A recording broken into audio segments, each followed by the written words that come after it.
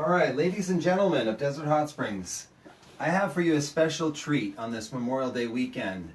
I'm Steve R.J. Giboney, and I'm here to bring you interesting people that I find in Desert Hot Springs who live here, who spent any amount of time here, who have chosen this as their home, who have interesting stories to tell, because honestly everybody has an interesting story to tell.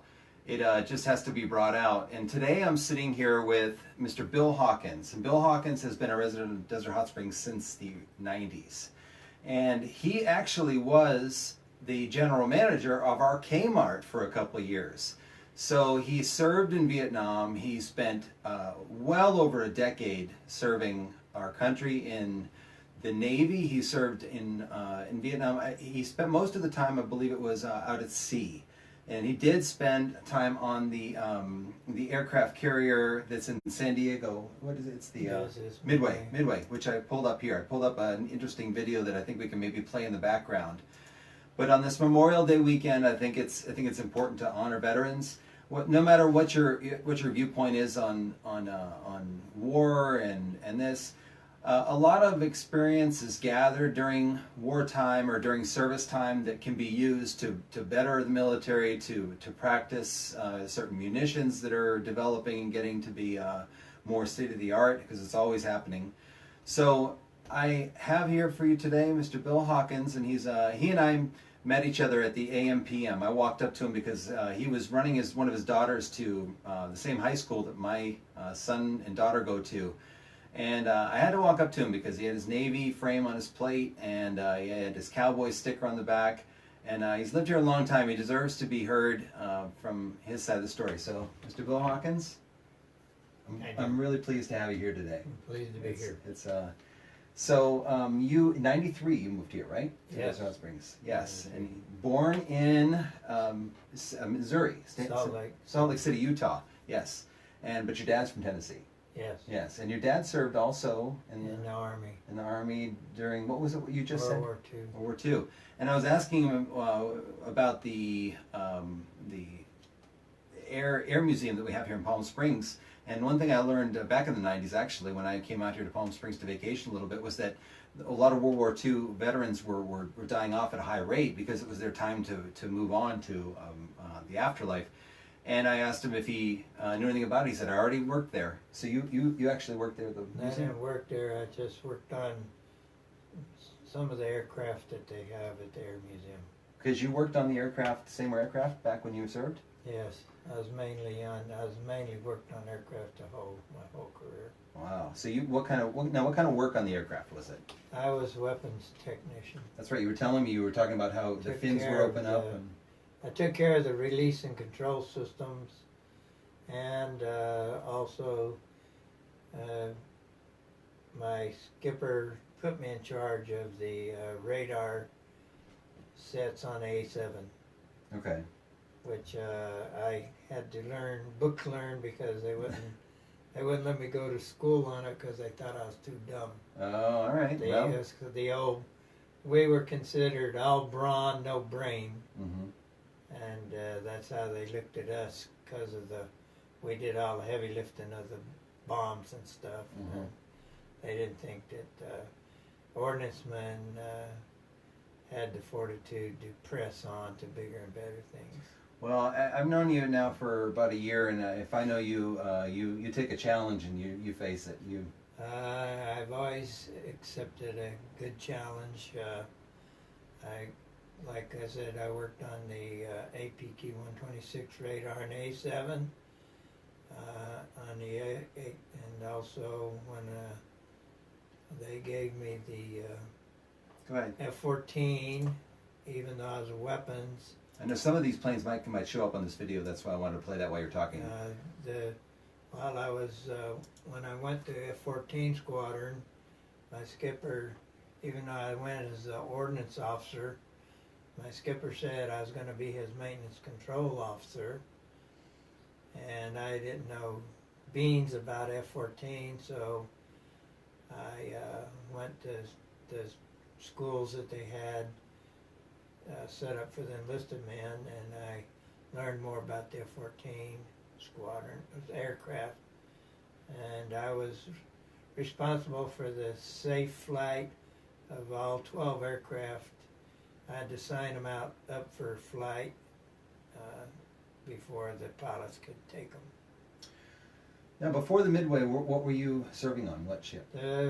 I started out serving in Pensacola, then I moved into F8s in Miramar. That was ground based at that time. That's aviation, yeah. Okay. And then Going Squadron, F8s. And then I was in, I went, after that I was at shore duty. Our tour was three at sea, 2 ashore. And in the meantime, made warrant, and I was sent to Meridian, 72. Mississippi. 72. Yeah. I made warrant, and I was sent to Meridian, Mississippi as a weapons officer. But they decided that they would put me in charge of all the rec facilities. Wow. And that designation was Special Services Director. You took a lot of interesting spots in service, and I think do you just want a new challenge at times? I just stepped in and accepted them, and I took the best person. Like when I was learning the radar, I took the best radar technician, and I would go with him, and he would show me everything. And when I left the squadron, my division officer, I was E6, he said I could harmonize a radar set better than the guys that were designated to do it. You know, let's go back a little bit. What you were telling me about, what I think is interesting is how someone goes into service. I'm gonna get you started on this subject, and I'm gonna go around and turn the air on because these lights are getting warm. So I want you to tell I'll be back before you say too many words. But I want you to talk about how it is that a young man gets into the military and into the service, because I think there's a certain type of person that ends up getting in, and I think that sometimes it comes from the home environment, the home situation, and I think you're part of that, and I think you have an interesting story, because I know you said that your mom had 6 kids to take care of, and you were one of them. And why don't you take over and say why it is that you decided to enlist at 17 with your mom's signature? Okay. Because I think that's an interesting part to get us started to how you got into the service. I'll be right back. Well, when I turned 17, we moved from Mississippi to Utah, where my stepmother lived after my father had passed away due to a gunshot wound, and I realized that she couldn't take care of all us kids on his Social Security. So I requested that she sign me into the Navy, and I would finish my high school while I was there. So in 1958, I went to Salt Lake City, Utah, where they run me through some tests, battery tests, gave me a physical, and said I was qualified to be enlisted in the military. So I chose the Navy, and they sent me to San Diego boot camp, where I graduated in December of '58. And upon the end of my leave, I was sent to Norman, Oklahoma, to go through what was referred to back then was P schools, where they tested you to determine your ability to work on different functions. And I was to back up, when I got out of boot camp, I was designated as an airman. You have airmen and seamen in the Navy, and the seamen, they go to different branches, mainly on the surface. Aviation goes to aircraft carriers or into squadrons. And after I got out of Norman, they sent me to Pensacola, where I was helped train naval cadets that was there to learn how to fly aircraft, how to qualify on small arms. because that was one of the requirements that they had to have to carry the weapon. And when I left Pensacola, I was discharged because I went to, no, I wasn't discharged. I went to what was known as the Franklin Delano Roosevelt in Jacksonville, Florida. That was my first ship, and I was on her until my one day before my 21st birthday, and they had to discharge me. What was the name of that when they got in at 17, but you had to Kitty, it was called Kitty Cruisers. Kitty Cruisers, okay. And I got out and didn't find much employment in Page, Arizona, where my twin sister lived at the time. So I decided to sell myself back to the Navy. Now that keep your train. I want to interject. It reminds me of the movie The Shawshank Redemption. Yeah. You know what I'm talking about? The Yeah. scene how it was like he didn't know what else to do, so he just stayed in jail. So no, I would use the word jail, but you said you sold yourself back to the government. Yes. Okay. So you decided to go back in, and then where'd you go? They sent me to Miramar, California, and there I went through F8 training. At the time, there was a F8 Crusader in Miramar, known as Fightertown, USA during that period. That was in '63, and we deployed on the USS Ticonderoga. That was our designated carrier for the air wing I was in. And in 1964, we were in the Tonkin Gulf, and August the 4th, 1964, the PT boats, Koreans, the Vietnamese, North Vietnamese PT boats were coming out after two of our destroyers, named the Turner Joy and USS Maddox. And Were you in the Gulf at that time? Yes, was Okay. in the Tonkin Gulf. And we launched some sorties, and my skipper, who eventually made Admiral Stockdale, James Bond Stockdale was his name, he delivered ordnance on the PT boats and sunk them. And that was the day that President Johnson declared us active in the Vietnam War. Wow, you were right there at ground zero when it all kicked off. That's, if you read the papers or history, it says August 4th, 1964 is when we officially started the campaign, and I loaded the ordnance that Wow. sunk the boats. Now, that's amazing. Now wow, I didn't even know that. You may have told me that, but is that what has to do with that group that wanted you to come speak at a certain event because you have such a specific location? It was, yeah, actually the lieutenant colonel at the Indio High that teaches ROTC, he asked me would I come speak, and we just haven't been able to connect yet. I think it was more about something in Desert Hot Springs. I think they want, or it was a news story, wasn't it? A news story. Yeah, I met Sherry Barca, I think's her name, from the Desert Sun. I don't recall how we connected, but the 30th anniversary, actually, it was the 30th anniversary of the fall of Saigon. The fall of Saigon was in 1975, and 30 years later, it was the 30th anniversary, wasn't yes, it? Okay, that's what it was. The fall of Saigon. Yeah. And she wanted to do a article on me, and I don't remember what day she put it out, but I had the front page of the Desert Sun. Wow. That particular day. Now you served as part of Vietnam from you loaded the ordnances for those boats. Yes. You're taken out at the very beginning of it, and you saw it through all the way to the end because you left the service in the 80s.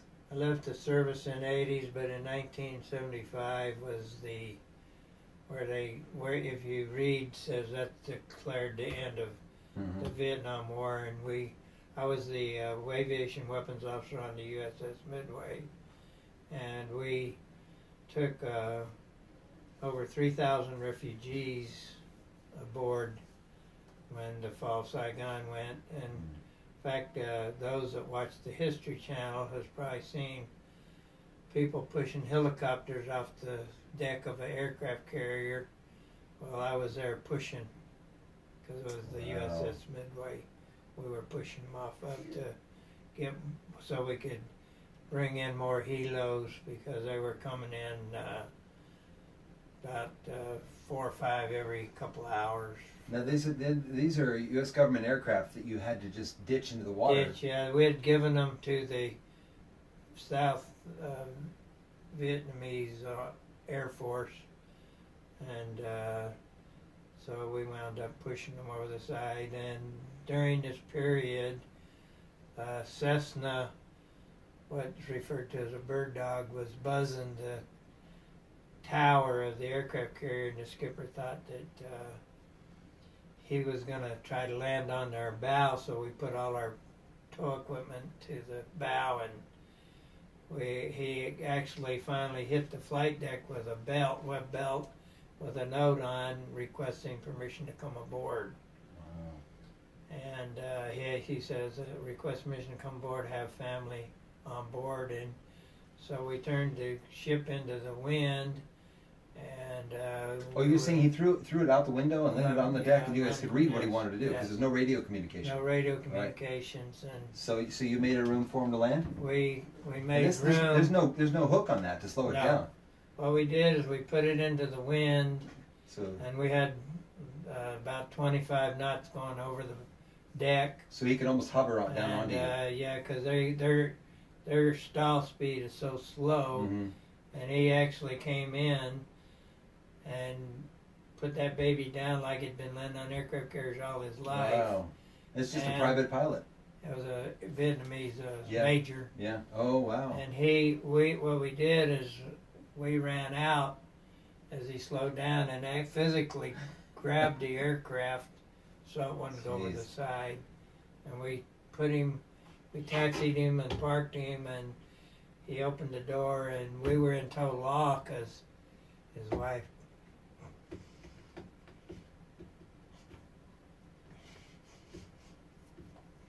Okay. His wife got out, and 3 kids, plus him. And like I said, we were in total awe when we seen that. Wow. And I think about that, and that was back in 1975, and it's like yesterday. Wow. That we did that. I'm sorry, I got emotional. No, I want to tell people, I'm a strong person. I can see strong people I know strong people when I see them. And a lot of servicemen that you come across every day, they don't tell you much about what they know, what they've been through. Well, you got to give them credit for what they hold inside on a daily basis. I don't know why they don't tell people. I think that a lot of people are very humble, and they don't want to be the center of attention. They've seen a lot of stuff, and I think they all deserve some sort of credit for the ones that really don't tell you everything that they've been through without you asking. They just don't come out and say it, and I think that's the reason why they don't commendable. Is they don't want to I agree. relive yeah. that terrible time. Right. But I served 27 years. I was in F-8 squadrons. I was in A-7 squadrons. I was in F-14 squadrons. Let's lighten it up. Did you ever get up in the air? No. No. You learned the yes, plane. I you did. could have flown it, but no, we wasn't trained to fly. No, I did but you get knew in the air, plane well enough. But the only time I got in the air is when we had what was referred to as carry-on board delivery aircraft. They brought parts out to the ship and mail. And you told me you flew in to see your cousin. Yeah, I flew in on a cod into Da Nang. My baby brother. Your baby brother was an infantryman? He was a Marine. He got drafted. Wow. And he was at what was called China Beach and in '69, I think it was. So I flew in and we spent a couple of days together, and then I flew back out the ship, and I did get a couple of catapults, and of course the only way you can land on an aircraft carrier is get arrested landing, so there's getting a catapult shot is like going over the top of a roller coaster going down. All right. Yeah. And a arrested landing isn't really no just a biggie. quick stop, right? Yeah. Yeah. They seat you backwards for those quick stop They seat landings? you backwards both ways, getting catted off and recovering. I've seen some. Yeah, we've seen some planes with the hook on the back, and you wonder why all the seats are backwards. Yeah. Well, it's those hard landings, those quick landings. Right? Yeah, quick landings. Yeah. They set you for the weight you are, so when you run out on the resting gear, you're not snapping the wire or anything. Okay, I want to ask you. Go back. See if we can finish that topic. The Vietnamese general major who landed that plane. Now he was fleeing for his life, and he brought his family with him, and he made it. You guys were able to take him in, and is that what hit you so much, was because this man was saving his family? It's just the whole experience together. The whole experience together, but to see what was in that aircraft, knowing that they could have perished. Oh, yeah. Because you were an island floating out there that they had to land on. They came, yeah. Yeah. And later on, we even we took all the refugees to helicopter loads of them. Okinawa. We took them, and on the way we ran across some Vietnamese that had escaped on their boats, and it was just lucky that we seen them because of the vast ocean. Yeah. And we picked them up just before the boat sunk. Wow. So out of gas, they were just hungry. They were just lost at sea. Yeah, yeah. Because and it makes you wonder how many others perished. They were in your path, and the others that weren't. So wow. yeah, so you'll never know we'll never know how many people perished. And those are the harder things to carry around with you, aren't you? Those human sacrifices. They when they come aboard the ship, the only thing they had was the clothes on their back. And this is the beginning of a whole new life for them. Yes, brand new, and a lot of them had sold gold into their little pockets in their clothes. Clothing. Wow.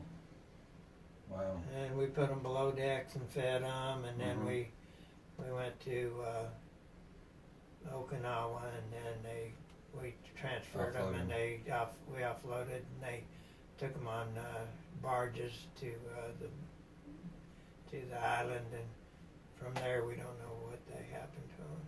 So. Now you moved around so much in the service that one of your daughters isn't too happy with you, but you say it's kind of lighthearted because you're trying to work through it, but was it because you say it's because you made her an Army brat? And you forced her because service called you out here to California, and she didn't want to leave Florida, right? Well, the service, I'd been retired, and I came out here, and her mom, we were separated. Yeah. But her mom decided she wanted to follow me, so that's what it was. I want to keep it to the military. Did you take your kids to different places when you had them? Were you? Every time I got transferred to a new base, whether it's sea duty or shore duty, we moved as a unit. And in fact, when I was on board the Midway, she was home ported in Japan, and they were over there with me for 3 years. Wow. So. Did they remember any of that? Do you know? Were they too young? No, they remember. My son one time, in Japan, if you're invited to a home, the tradition is you take a present. And one day, my son was in kindergarten at the time, and here come this little Japanese lady and her son, and unbeknownst to us, my son had invited them to come. Oh. And luckily, she knew enough English that we could converse, and her husband flew with I forget which airline, but a major airline at the time. Pan Am or whatever they were. Yeah, and so we conversed enough, and she brought a little gift to give us, and that's a Japanese tradition that you do that. And the only time I've been to a lot of foreign countries, but it was during sea duty, and usually my kids lived in California, they lived in Florida, they lived in Virginia. That was the primary where the major bases were.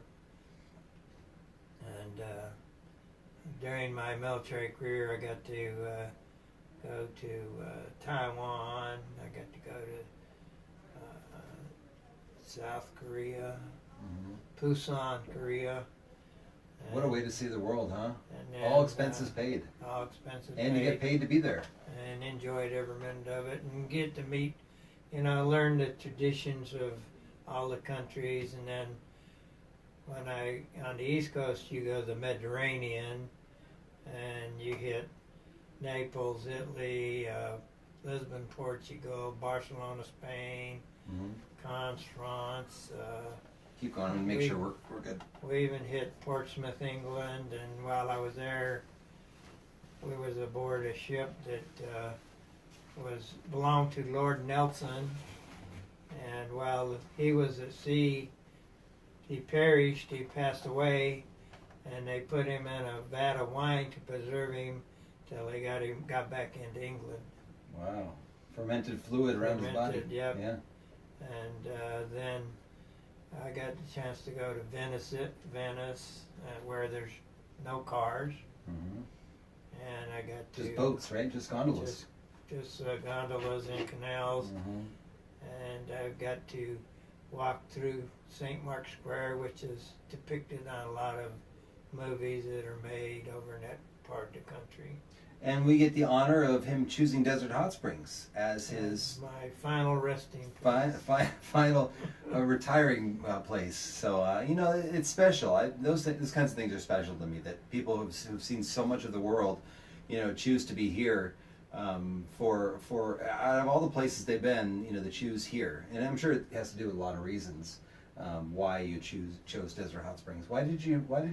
Oh yeah, you told me why you first moved here. Because you lived in La Quinta, and you managed a Kmart, and they moved you to the Hemet Kmart, so you compromised with your wife. Moreno Valley. So you compromised with your wife to move a little closer to Moreno Valley, which is Desert Hot Springs. Bought a house, and no, actually, did you buy your first one on Jalisco? No, I rented.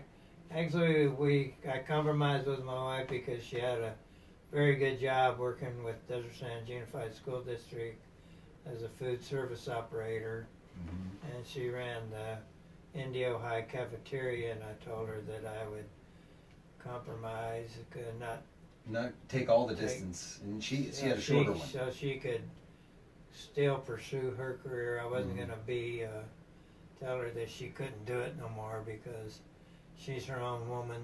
And she's still working. And she's still working. She's retiring next year. Oh, wow. Yeah. So, going back to what brought you into 80s? Now, I don't know how to say what you said. You said it best. You said you kind of saw yourself as a prostitute because you kept selling yourself back to the government, which is what we said earlier. So how did you go from the 70s, 75, to the 80s? That was the Midway? No, the Midway was only 3 years, you said? I was on the Midway from 74 to 77. Yeah, 5, 6, 7, 3 years. Yeah. And when I left the Midway, I went to, where did I go? I don't remember where I went. You've been in it too long at that point, too. And I know that I went there, and then I did my shore duty. Oh, I went to Kingsville, Texas. And from there, I went to Oceana, Virginia, and I got put into F-14 Squadron, VFA 142, the Ghost Riders. And even though I was a weapons specialist, my ex-executive officer, second in command at the time, said I was going to be his maintenance control officer because I was a warrant officer and he didn't want no lieutenants running it.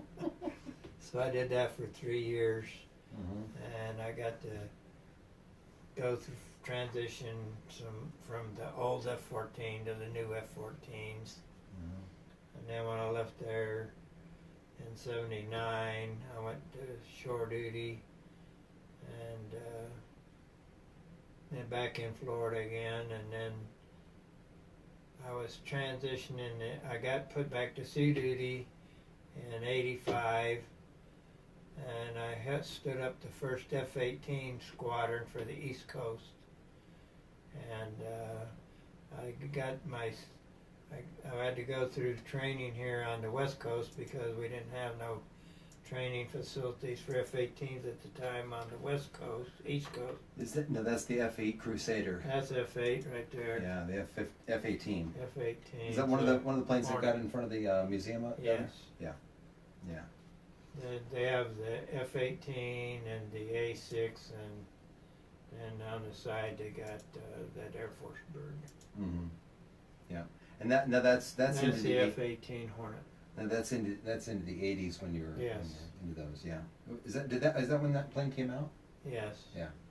Okay.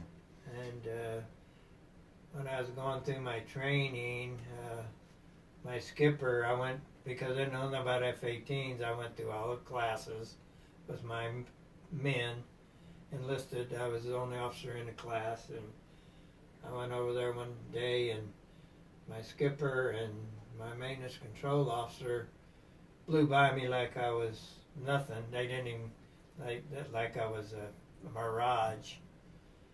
And I got back to the squadron, and I asked the skipper what was going on, and he told me that the lieutenant that was in charge of the school said I'd never been in his building.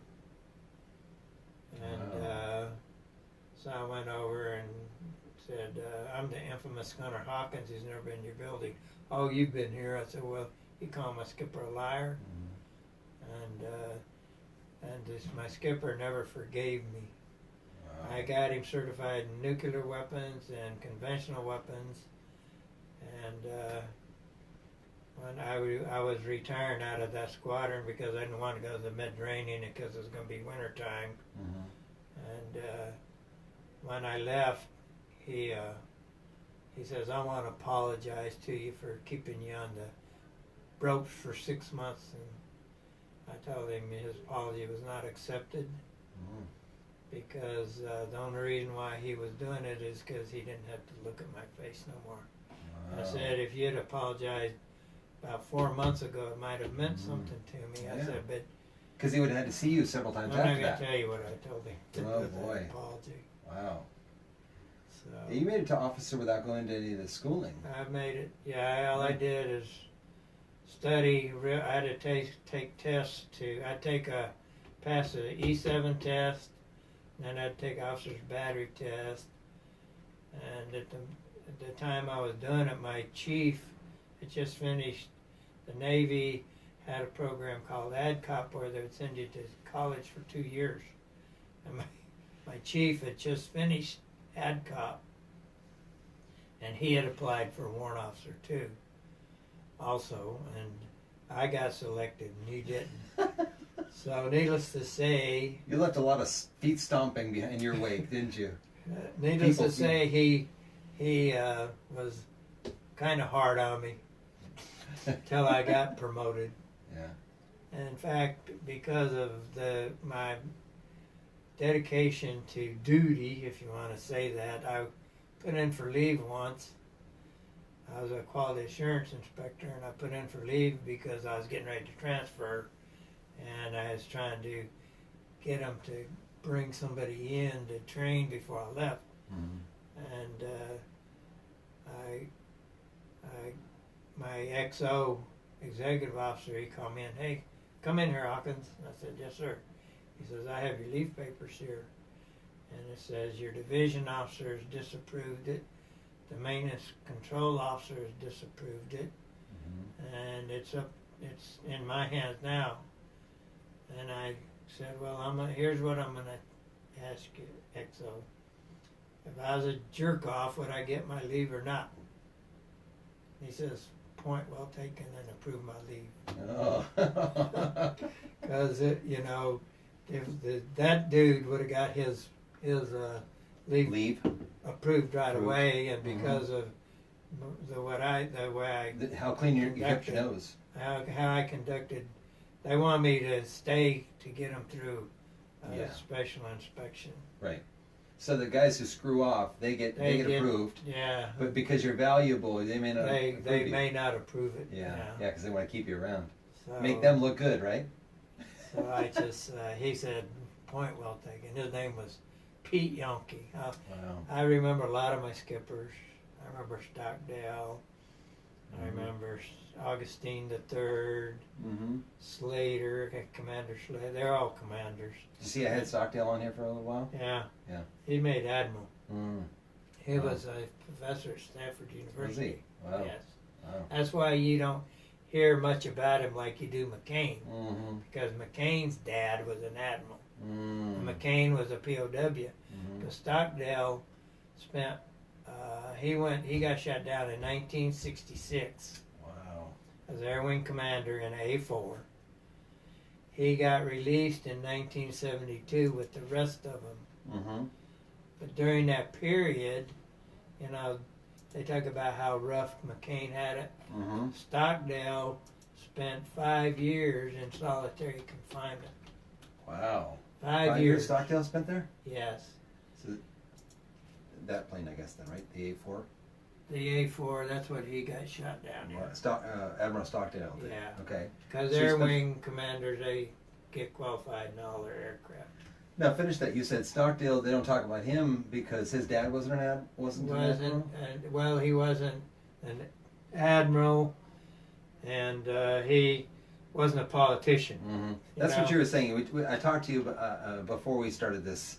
Here, I asked you about how the war is viewed as, you know, it was a fight that wasn't worth it by some people, and you said, you know, one word you said. What was that word? It was politics. Politics. That's That's what you're saying about Stockdale and McCain. It's McCain, politics. yes. Mm, okay. And not only, you know, they talk about how McCain was put to the ropes because his arm. Mm-hmm. Well, Stockdale was put to the ropes 21 Wow. times. Wow. He wrote a book called Love and War, and I had a paperback, and I think my granddaughter stood away when they were staying with us.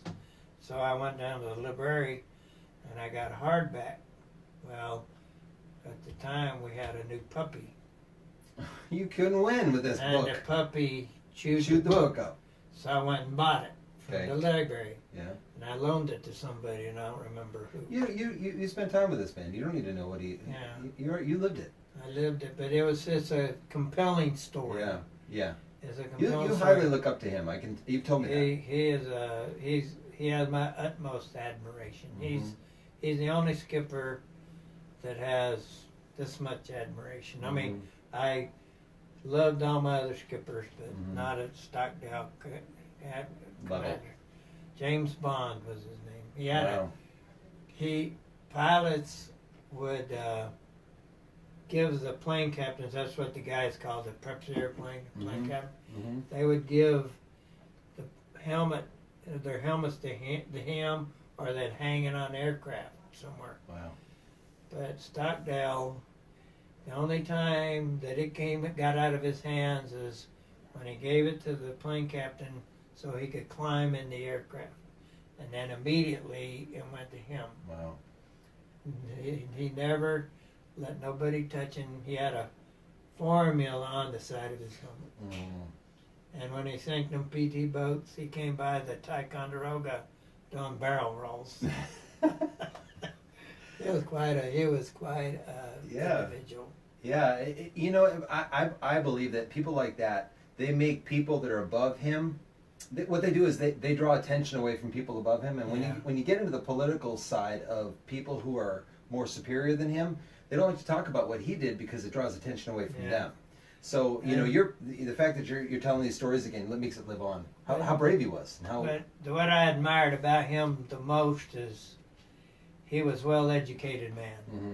But when he spoke to us in a manner that he brought himself to our level. He made himself relatable to anybody. And that's what I admired about him the most. Yeah, wow. You know, that he could communicate with us underlings, you know, less educated, and that's what I admired about him the most. And we've got a lot more to come here because, I mean, it's one of those where it's like, and wait, there's more. Now, I want to talk about the Los Angeles experience because not only was he there during the Gulf of Tonkin incident and the end of the Vietnam War, but you were in downtown Compton when the Watts riots South happened. Central, yes. Yes. In the 90s. 90s. Yes, right there. Reginald Denny, that all happened while you were right there a few blocks away. About 2 miles. 2 miles away from that. That was after the verdict was read. Yes. That the officer was not guilty of beating Reginald Denny. Beaten. No, not Reginald Denny, but yeah. what's his name? Yeah, I can't think of Yeah. The guy who they pulled over in the police department. What's his name? We'll think of his name. But you know what I'm talking about. The verdict made South Central burn for a while. Yes. Yeah. And you were living and working right in that area. I was working. I lived in South Pasadena, but they burnt everything down around us. Oh, and you were locked in. You said they closed the gates and made you stay. Like a fortress, and they closed the gates and locked them, and they couldn't get over the fence. There was a Newberry's that had a door adjacent Vermont, and the main doors was inside the compound, but they wound up beating that door in and burning Newberry's down. Wow. They burnt it was so bad down there that they had like 2-inch plexiglass like they got here on the banks. They had that on food, McDonald's, fast foods, all through there, and this was back in the 90s. Because when I came out here, I told them, "Oh, you got LA glass," and they look at me like, "What are you talking about, boy?" Yeah. But to get a hamburger at McDonald's, you put your money in the thing, they rotated it. Yeah. So they had the money on their side, you couldn't get to it again. And then when the food was done, they rotated it around to you. Wow. You're like a 9 lives cat. You've made it. You're in place for some interesting things to happen. Not even near what all of the things in history have happened, but some pretty interesting things for your lifetime. Yes. Now you were taken in by the residents of South Central because you were relatable. Yes. You may have carried over from Admiral Stockdale because he may have taught you a little bit about being able to relate to people you met. Well, I related to them because I grew up with them in Mississippi. Right, collard greens. You said you grew up eating those. And cornbread. Yes. Yeah. See, when you asked for it, they're like, needle ripped off the record. What? And you're like, I know that stuff. And there was one of my associates was named Gloria Hawkins. Same last name. And our layaway department, you could smoke inside the store then, and our layaway department was right there by the smoke bench, and there's like 50 people in line.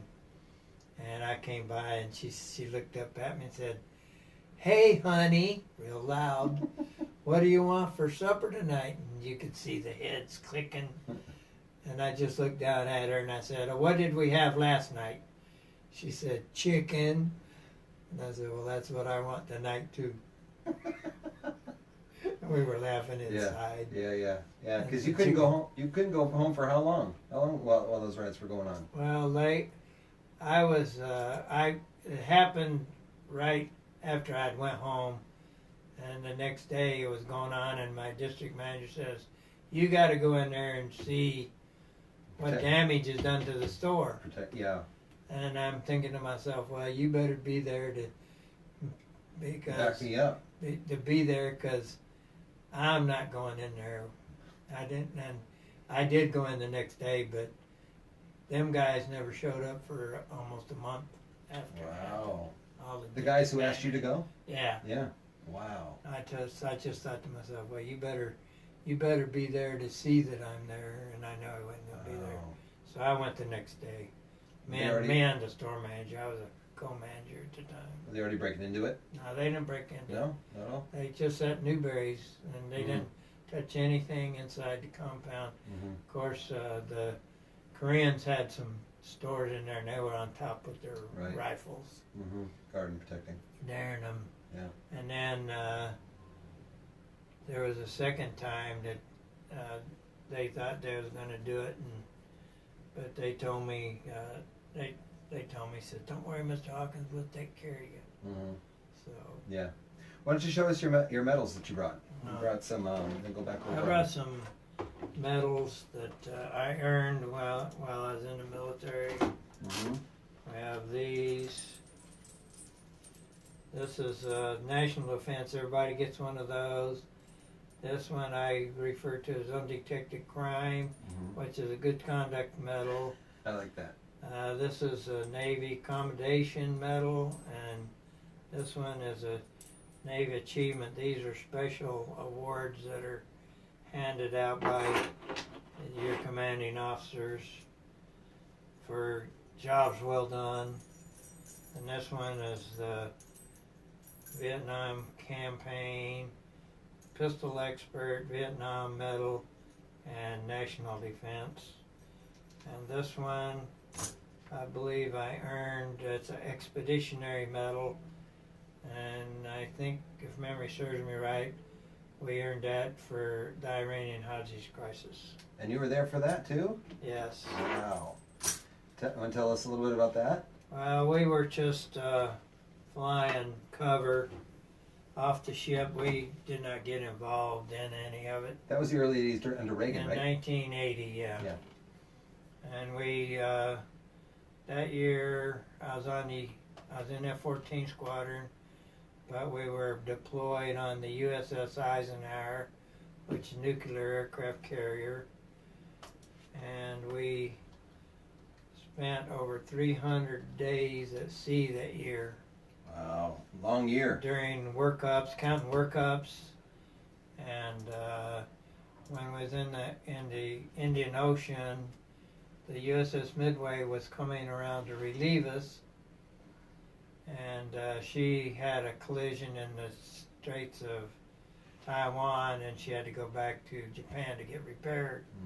So there was nobody to relieve us, so we stayed out there. We went from July till December without putting our foot on soil. Wow. Was it rough? Was it hard? Nah. No? We called, what they did is they set up what we called still beach, and every 90 days we would stand down and we'd have cookouts and stuff on the flight deck and games, and the skipper our time a little bit. The skipper would give us 2 beers. So we called it our 6-pack cruise because we wound up getting 6 beers total. 6 beers total. That's cool. You got to have fun on this. My father-in-law was served in the Navy. Didn't see anything like what you saw, but did his 4 years. Got a good education out of it. Do you ever go back to the Midway at all? I do. Yeah. In fact, I've taken people down there, and some of I've been on it. It's really neat. Who was telling me that they were going down there this week. Somebody you know is going? Yeah, and I told them, well, when you're on the flight deck, just look around and say, oh, this is Hawkins territory. Because my workstation, because of we had to arm and de-arm all the aircraft coming and going, was on the back side of the island. Out of all the sight and all the visual stuff, right on the backside. Yeah. Yeah. But I would have to say my most memorable experience was when we pulled into Haifa, Israel. On the Midway? On the Eisenhower. On this one right here. Yeah, 1979. Pulling into Israel? We pulled into we anchored off the coast of Haifa, and I got a chance to go in, and the people of Israel is very, very friendly people. once you get used to everybody having a rifle. Yes. And I had the opportunity to go to Nazareth and the Sea of Galilee. Wow. 79 you saw that. 79, and so in 1980, we were supposed to do a port of call in Haifa again, and I'd already made up my mind that I was going to take leave for the whole import period and go up to Jerusalem and all over the place. A year later, you wanted to go see more of it. I wanted to, but that's when the Midway had the collision, and we didn't get no port of calls at all. Because you had to stay on We alert. had to stay on station. Yeah. Because you didn't have any other ship out there. No, well, we didn't have another carrier to come out.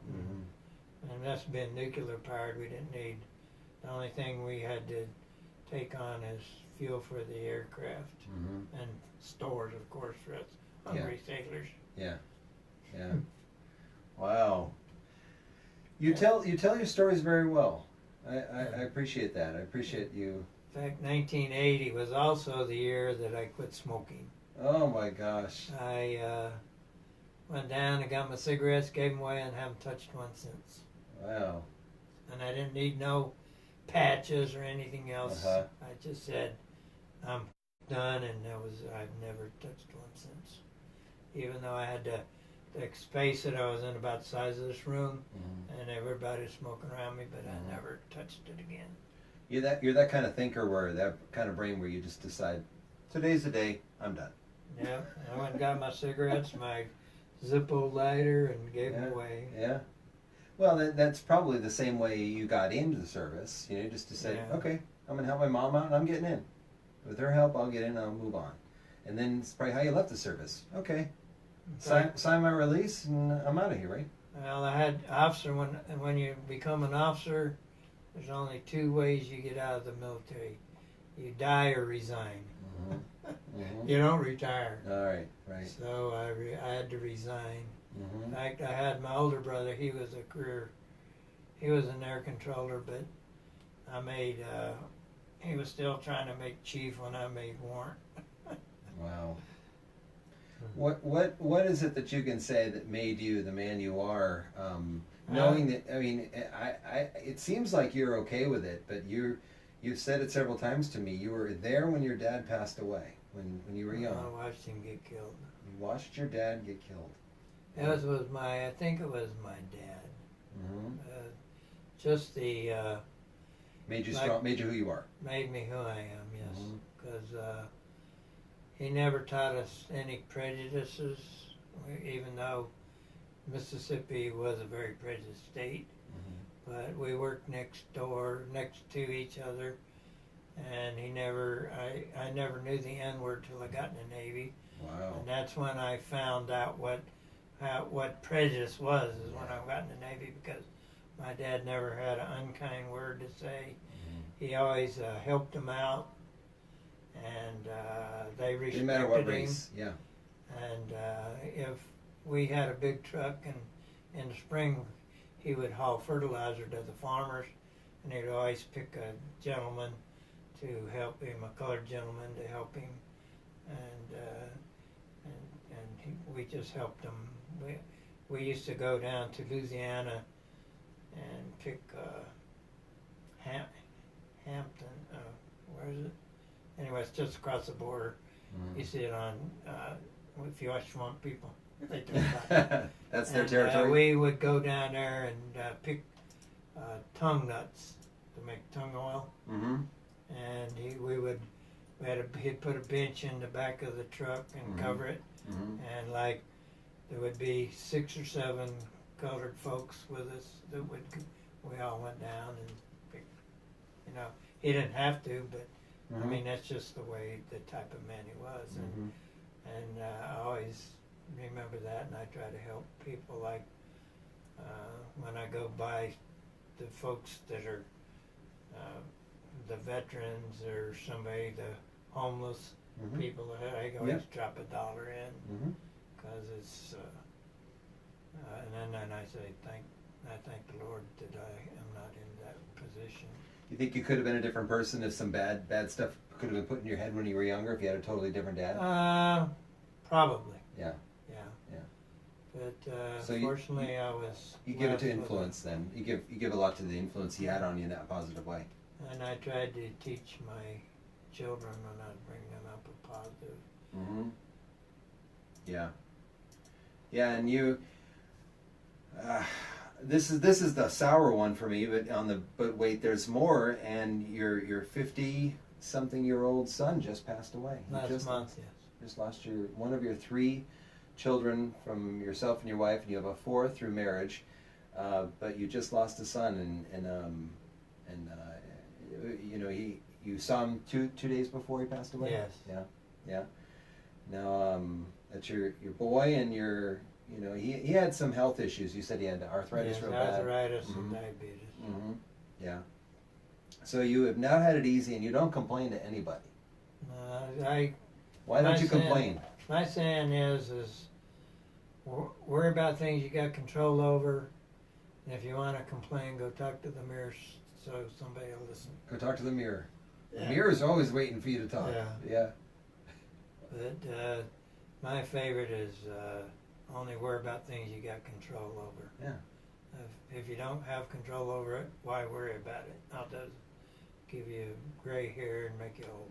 Mm-hmm. But a lot of people think that if they worry about it and keep pushing it out there, they'll somehow be able to come back around and have control over it. You don't control it, but if you keep putting it out there, you'll make it your business. You know what I mean? But it controls you. You don't Mm-hmm. control it. You spend half your life worrying about stuff you can never get a hold of, right? Right? Yeah. And live every day like it's your last. Yep. You know a lot of veterans in Desert Hot Springs? I know a couple. I know Eddie, and Monday I'll be up here at the park and Mhm. see some Mm-hmm. that I rarely get to see, and so. What do you ever get to any reunions with any of the people you served with across the country? We have the VA 86 when I was enlisted in there. That's where I made warrant in VA 86, 86, 87 outfit. A kid named Gerald Gaylor. He sets up a annual every other year reunion, and I'm gonna try and make it this year Mm-hmm. because You get to borrow money from your wife. yeah. So maybe I'm groveling. We'll have to pay it back. But some of the shipmates that was in that squadron have passed away. Well, yeah, but you still stay in touch. You stay in touch Yeah. through email or. Via email. Mm-hmm. Yeah. You have a little page or group that you follow. Yeah, and check he's got a group, and he sent me a list of. He actually emailed a list of all the guys that are still there and their addresses and stuff. Mm-hmm. There's some of the. Actually, when I was in '86, I got guys that we can. This isn't the year '86. This is the V. That's the squadron. right squadron. Okay. He still calls me boss. Wow. Russell Brown. Hey boss, what's going on? That's because I respected them and they respected me. Mm-hmm. Mm-hmm. And I mean, my philosophy is you earn respect, you don't demand it. Mm-hmm. And a lot of the petty officers that I knew tried to demand respect and they didn't get none. Right. They got it from a few, but not the ones you wanted. I earned all my respect. I earned it. I didn't try to force myself on anybody. I just was me, and I worked alongside my men. They knew who I was. I was up there humping bombs with them, just like we were a team, Mm-hmm. and that's the way we functioned. Middle of the night too, right? It didn't matter what day, time it was. I went aboard when at night they had darkened ship. You had to load. You had a headlamp, and then the modern days they have fluorescent lights. It can't be detected. Well, it doesn't affect the vision by Okay. pilot vision. I see. Oh, okay.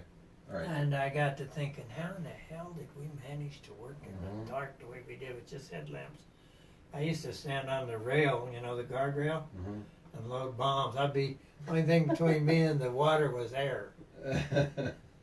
Because the plane had to be right at the edge because there were a whole bunch of them on there, right? Because you would park them like this, and sometime the wing would be hanging over the. Yeah. And we had to get them loaded every hour and a half. We was loading. One end holding on to the plane, the other one hooking everything up, right? We was when was making in countries in Vietnam. We was loading 6,500 pounders every hour and a half, 12 hours a day. And we took a DM up our new DM, and he has a fresh ensign, and he was going to help us load. So we said, well, we need to get him off the flight deck. So we put him on the fin, and if you don't pick up evenly, well, you can really hurt yourself. We knew how to do it, and so I was we got a bar with screws in the fuse cavity, and I said, all right, get on the fin. He got there, and I lifted mine a little ahead of him, and all the weight's on him. He says, I don't know how you guys do this all day. I said, well, why don't you go below and let us this was a way to push him on. off, right? into the And ship. a nice way to get him off our flight. Yes. You knew you were better if he was assigned to something else. Because, division officer, he didn't need to be up there anyway. He was an electronics tech. He didn't know nothing about ordnance anyway. But we used to load. Good way to some not him, but good way to get other people hurt. Yeah. Yeah. So we would load. The three of us would load 500 pounders, one on the tail, one on the nose, and then one guy rolling it into the hooks. Wow. And we was pretty buffed. Yeah. So I lifted iron a lot. Yes. And you knew what was what, and you knew the trolleys to carry them, the little carts, the little trucks that carried them. Bomb truck. Put two of them, 1,000 pounds on each truck. Yep. I had a customer years back who served in the Midway, and I can't think of his name. Not that the name would know him, but he fueled the planes. Oh yeah, he has a grape. We called them grapes because they wore purple shirts. Yep. Yeah. We had the grapes, and we had the yellow shirts. They were the directors. The blue shirts were the chalk carriers, and then the green shirts on the deck was the resting gear or catapults. And of course, everybody, whatever position they did, it was always more dangerous than everybody else's, right? And the red shirts was ordnance. You want to be in danger? You fuel the plane. These bombs, nothing. You fuel them, right? Yeah, fueling ain't nothing. I know, but that's what I'm saying. Yeah. But he'd probably argue and say it is something. We used to kid the grapes. Yeah. And then the resting gear guys, they had it. They had to run out and make sure the wire went down there. And you could only take 100 hits on that pennant, cross-deck pennant. And then if the aircraft was off center line, as soon as he landed, had to pop that pennant off right away. Because I was on the flight deck once when a pennant busted. And I sent shreds of shrapnel all over the flight deck. In fact, was it the Connie? I think the Connie kid got killed, cut his legs right off. Wow. And then one time on I want to see what that is. You said the pennant? cross-deck pennant, it's the resting wire. Oh. So you can only get 100 out of that? Out of one wire? Hits, yeah. And now the wire, It's braided about that this big wire right around. here. Yeah. Resting gear. Yes. Yeah. 100. So they got a big spool of that down under the. Well, what it is they got them alongside the flight deck because what they do is they gotta unbolt it, the old one. There's a eyelet right there. And then they got a tray. They slide it off the fantail. And you're saying that shattered and caused that cable shattered and caused shrapnel to fly? Yep. Wow. Because I think what happened is they didn't get because when they're landing, they set the engines down below for the weight of the aircraft. Because the pilot calls his weight in, and then they set the motors accordingly. To slow that weight of a plane. so they don't snap it. Right. And Right, because you could have a really light plane that could stop it really fast. yeah, and or a heavy plane. so they had to set the tension, and I think the one that snapped, he just come in heavy. Mm. Yeah. And then the same thing for catapulting off. Mm-hmm. You have a there's a kid that sits down between the cats with a board, and they send a list of the weight of the aircraft up to the flight deck, and then what they do is they dial it in and hold it to the pilot, Mm-hmm. and the pilot will either give him a thumbs up or give him a wave, have him wave the weight up further, Mm-hmm. so they know how to set the catapults. Mm-hmm. In fact, during the Iranian hostage crisis, I was on the F-14. We put drops on them and was launching them at 75,000 pounds, Wow. so they could stay up longer.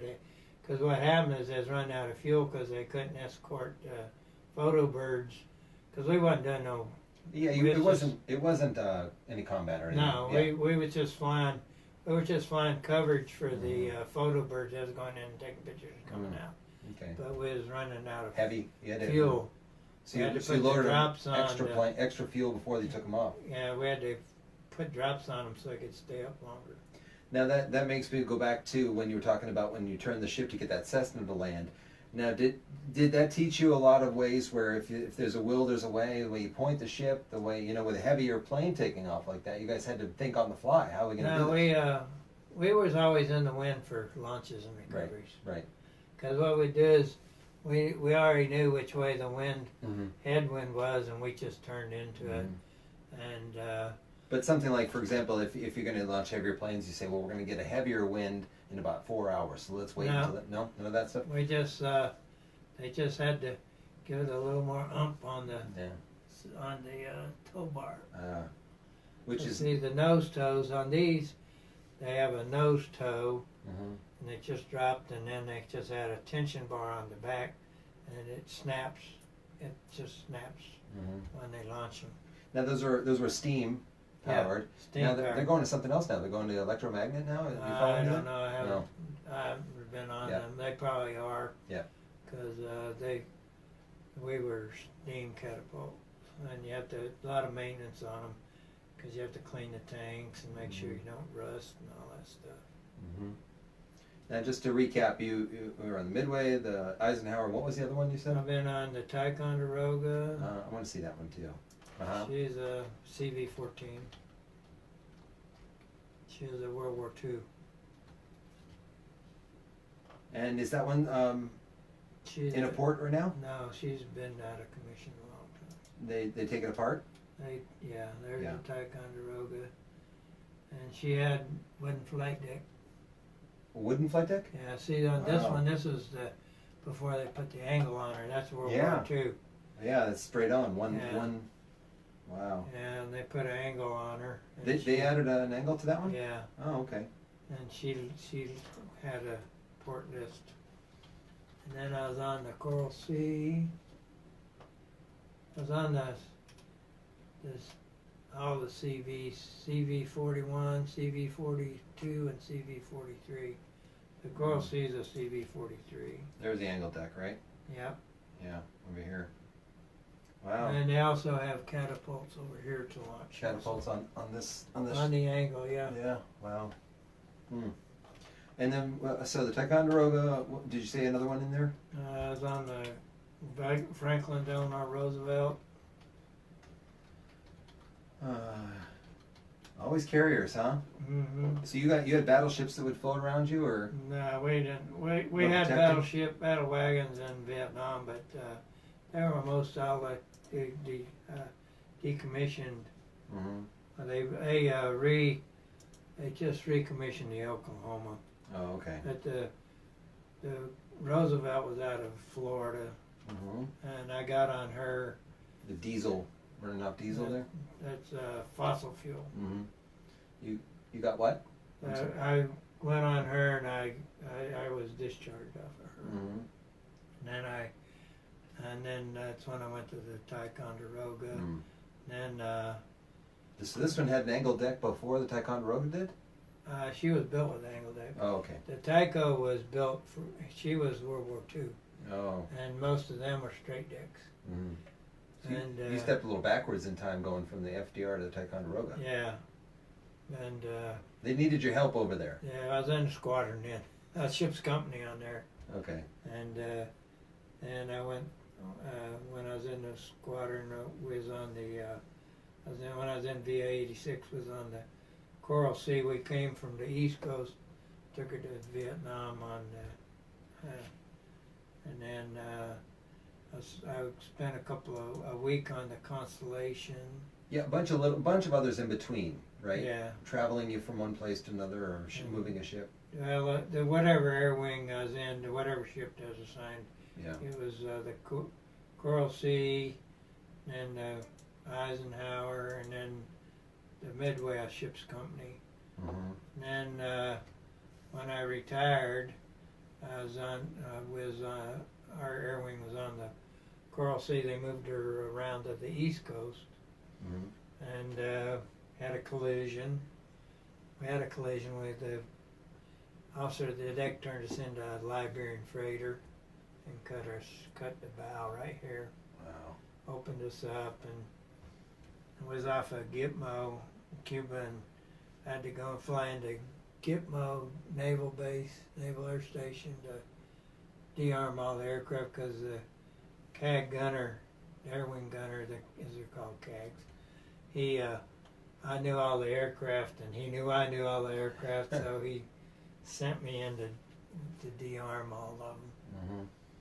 And then we flew them into Florida because we weren't really supposed to have live ordnance aboard.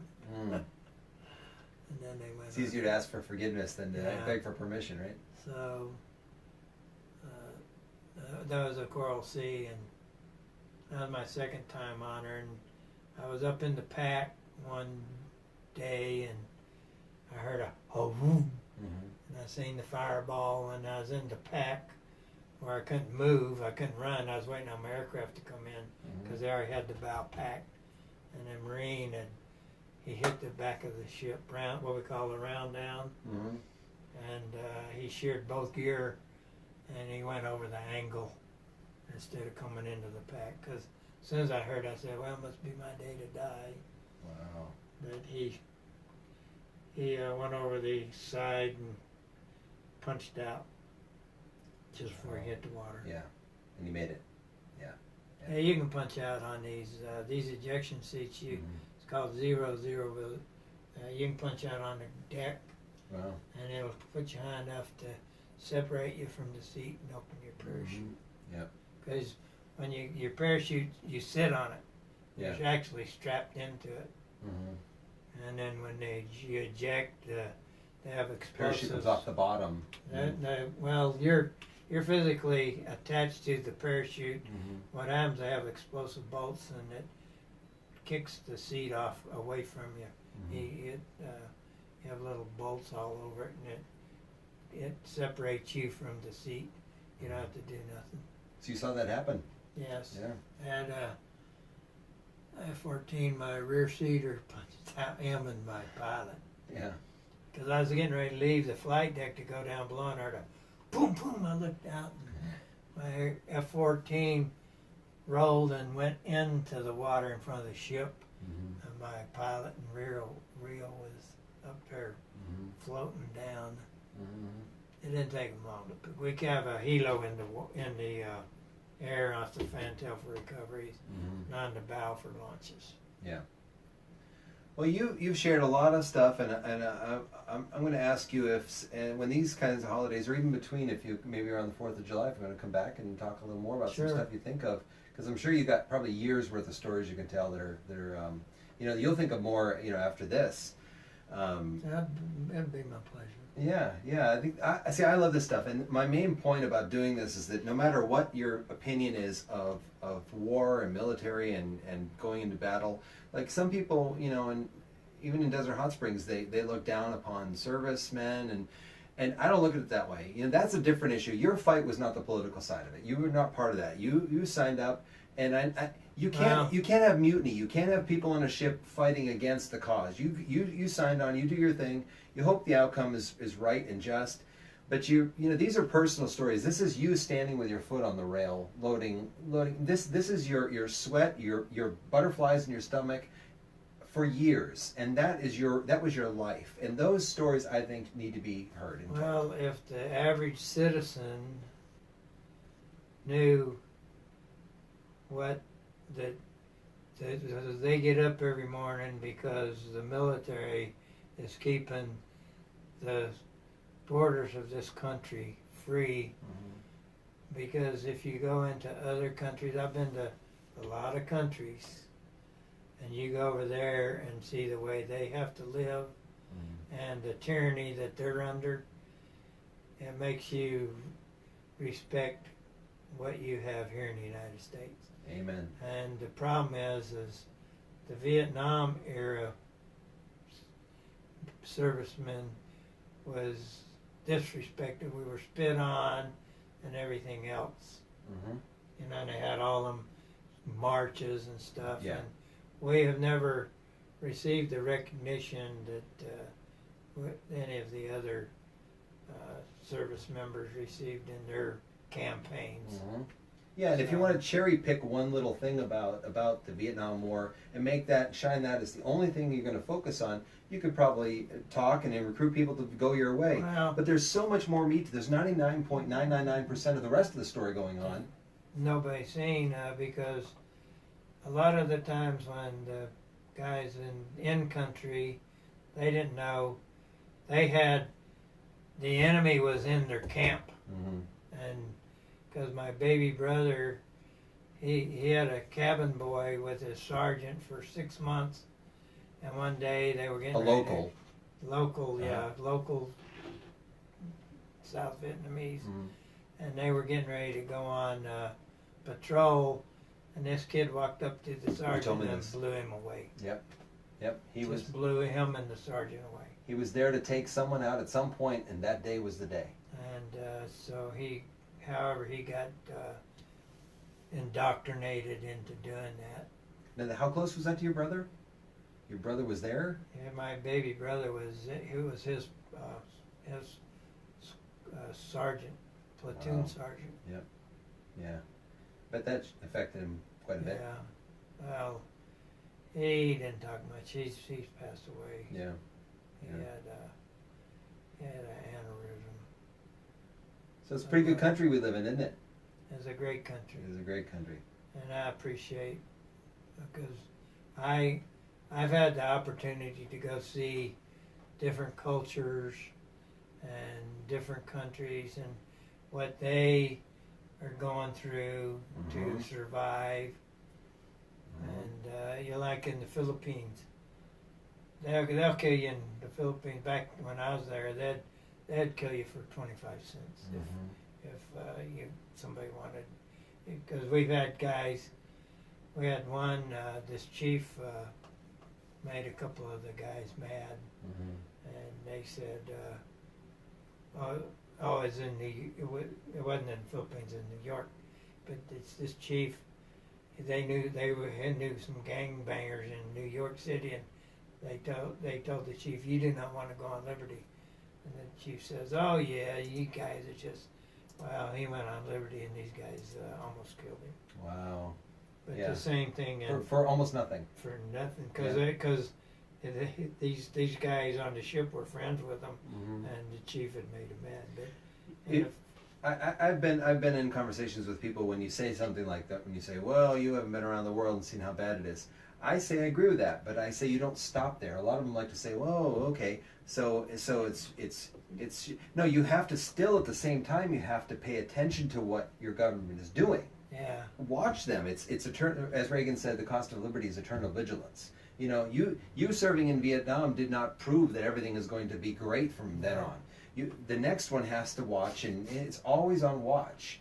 But at the same time, you can rest. You can go to sleep at night knowing that this is a good country. it's an outstanding country. It is But a a lot of great people country. that say, "Well, I've been to France." Yeah, you've been to France, or I've been to Italy. Yeah, you've been to the primo parts of the country you've never been. Like in Greece, I liked Athens, Greece. I got to see the Acropolis, but I was talking about traditions earlier. Well, in Greece, if someone invites you to their home and you refuse, it's an insult. Wow. But So you took a little bit of that back with you after you saw that, and that made you a little bit be a certain way. Always goes. I never got an opportunity to get invited to any family gatherings in Greece, but we did have opportunity to learn. I always tried to learn as much about the culture in every foreign country I went to as I could. Because that just enriches your ability to be able to enjoy. I think you see life more of a whole, if you can see other people. Different light, yeah. Yeah. Most people think of sailors as being drunks. Yeah. Yeah. If you ever talk to them, you just went in there to get drunk, Well, they call them drunken sailors. Yeah. Yeah. But there's a lot of. I took the opportunity to go, do things. I have my beer, don't get me wrong, but nevertheless, I took the opportunity to learn about the country's culture and their what they like to do and everything. Yeah, I want to pull this up and see if this is. You know who got this, right? You know what branch of the military got this, right? Yes, that's the Navy. That's Navy a nurse. got that picture. The day after, she's actually down to Midway. There's a statue of that, right? Yes, that's a nurse. Yeah. And the day that she's the first person that he grabbed when they announced the war was over. Yeah. That's a famous picture. Of course it is. And the Navy men got that right there. Yeah. Yeah, they have a real nice statue outside the Midway. I have that as my. It's Times Square, I believe, isn't it? Yeah. Times Square. Marines didn't get that? Nope. No? Neither did the Army? Nope.